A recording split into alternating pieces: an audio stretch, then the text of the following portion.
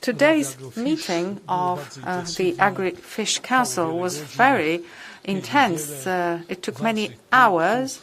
There were many important items discussed. We started with a discussion which was concluding our dialogue on the vision presented by the Commission, by the Commissioner on the 19th of February. As you know, there were two discussions on this topic. Actually, today it was the third time. In February, we touched upon it. We discussed it more extensively in March, and today we concluded it. But between March and today, many other important discussions have taken place at the level of the Special Committee on Agriculture. There were also 4 meetings where various areas related to the vision were discussed. What matters the most is actually what the Commissioner has achieved, and I want to stress that he accomplished something. Namely, he held many talks with farmers, real talks.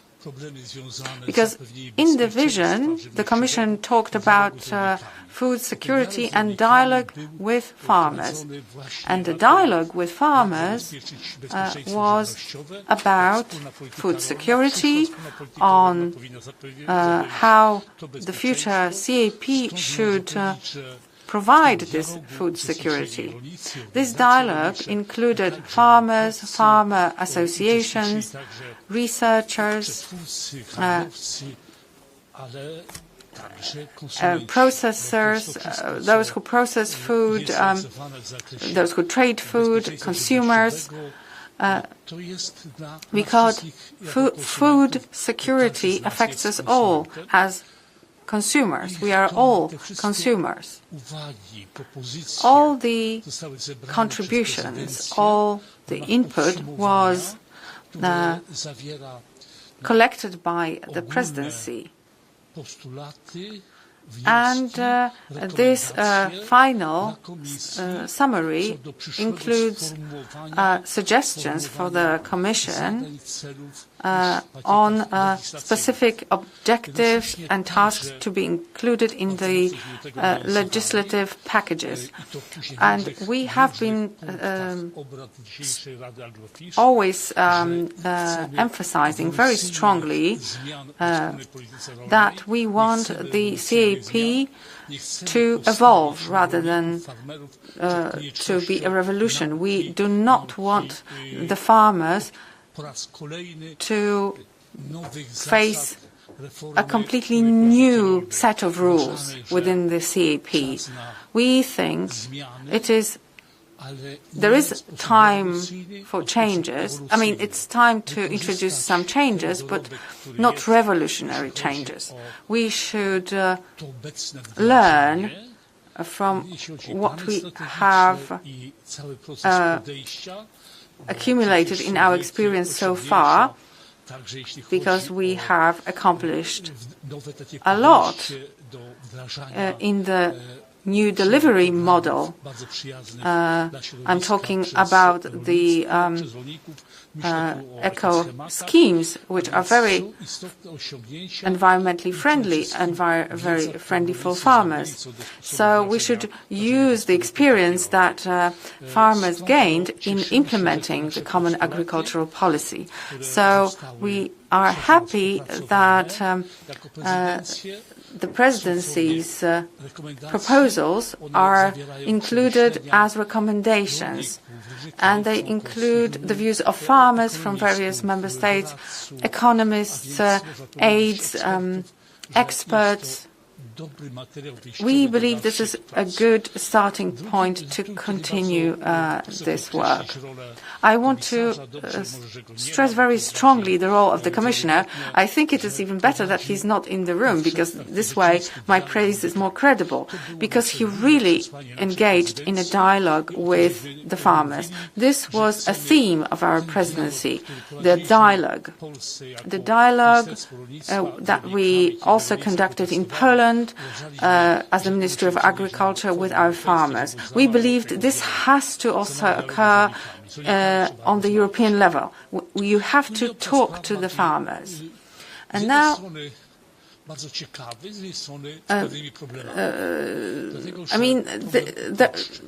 there's a new topic we also discussed, the simplification.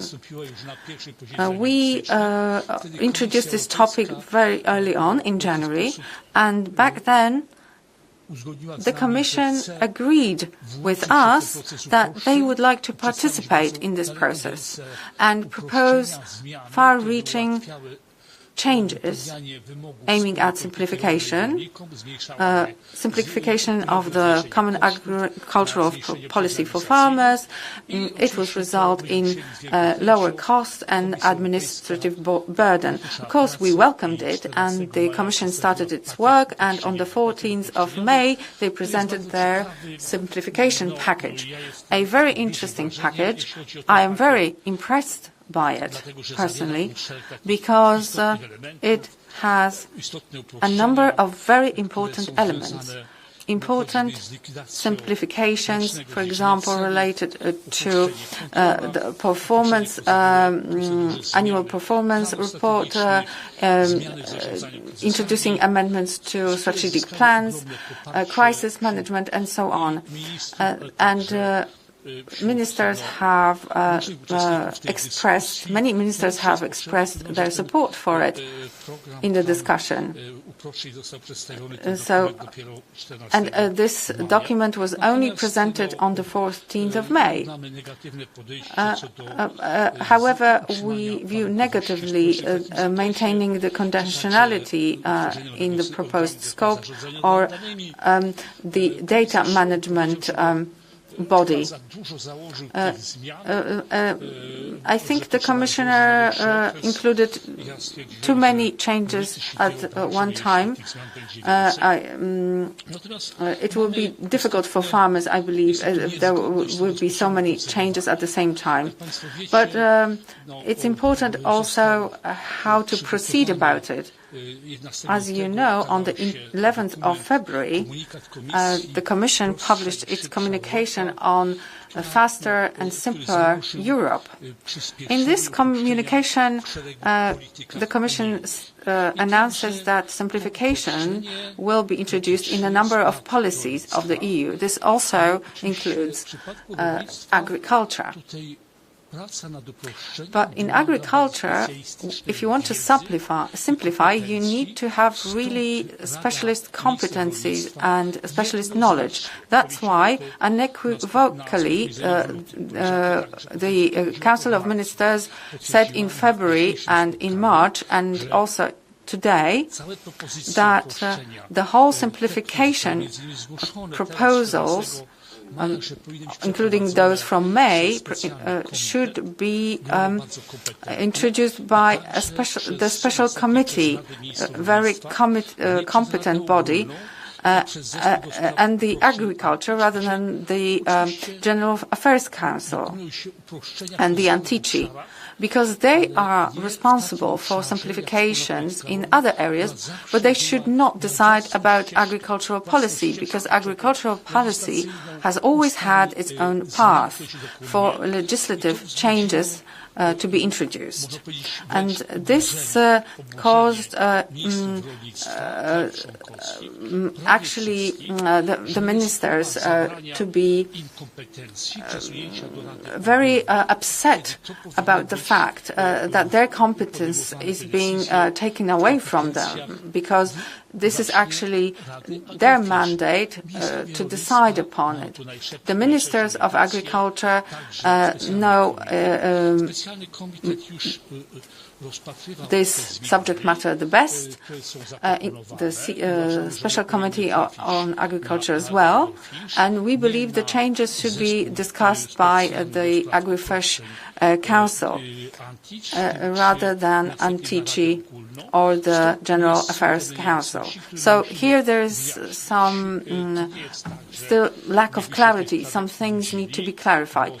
Of course, it does not mean that we are taken by surprise by it, because in February and in March, the ministers have been raising this issue that the changes should be discussed by the Agri Council. I confirmed it, and the ministers of Agriculture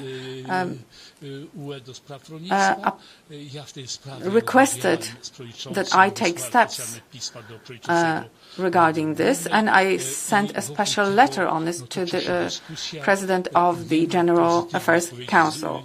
We have not yet received a positive response from the General Affairs Council. It does not bode well, to be honest, if you think of the ministers of agriculture keeping their competences. We also discussed important matters related to markets. We also had among us for this part the Minister of Agriculture of Ukraine. We discussed the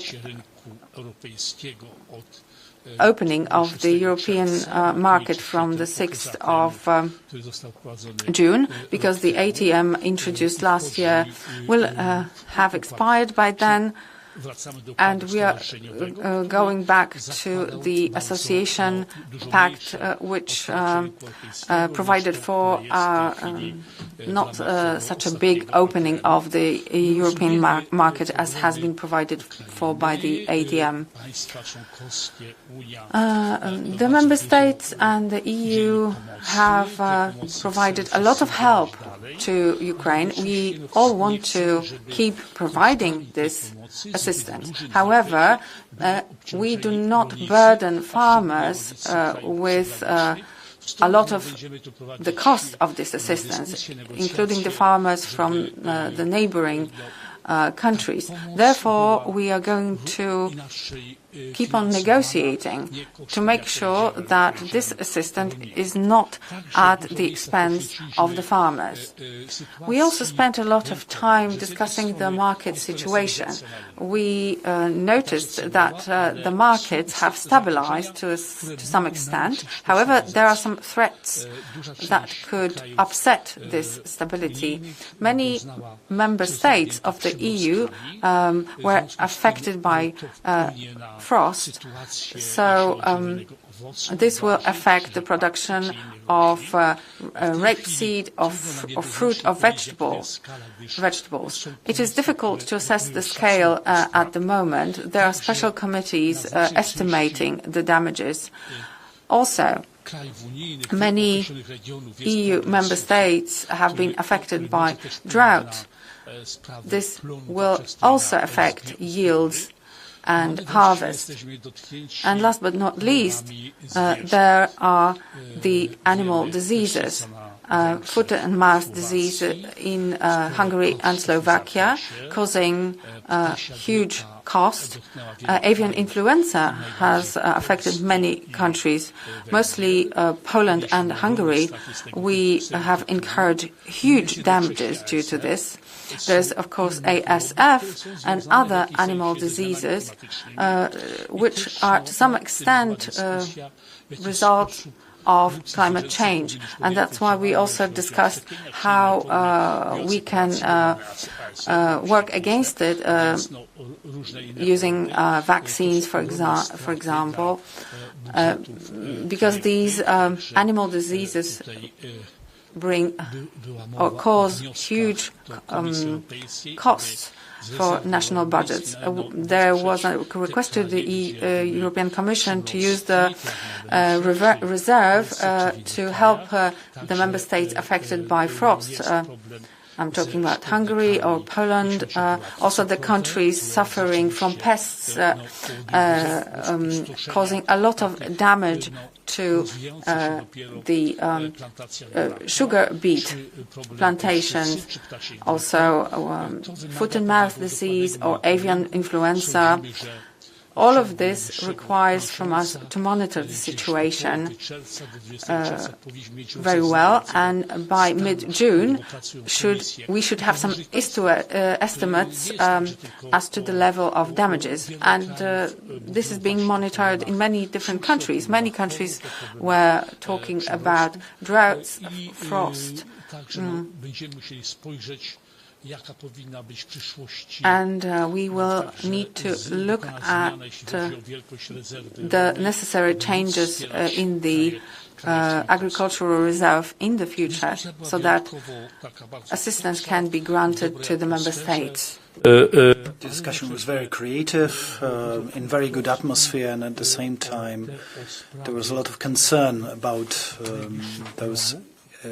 about the next harvest, because at the moment the market is stable, that's true, but all these problems in the plant and animal production, like droughts and pests, may influence the harvest and the yield in the autumn. Another issue that we want to get back to is the procedure of simplification. We don't want the agricultural matters to be decided outside of agriculture. This is an area which requires very specialist knowledge, and we don't see any reasons to limit the competence of the ministers of agriculture. I've used your time, my time, a commissioner's time, in fact. The Commission is not present, of course.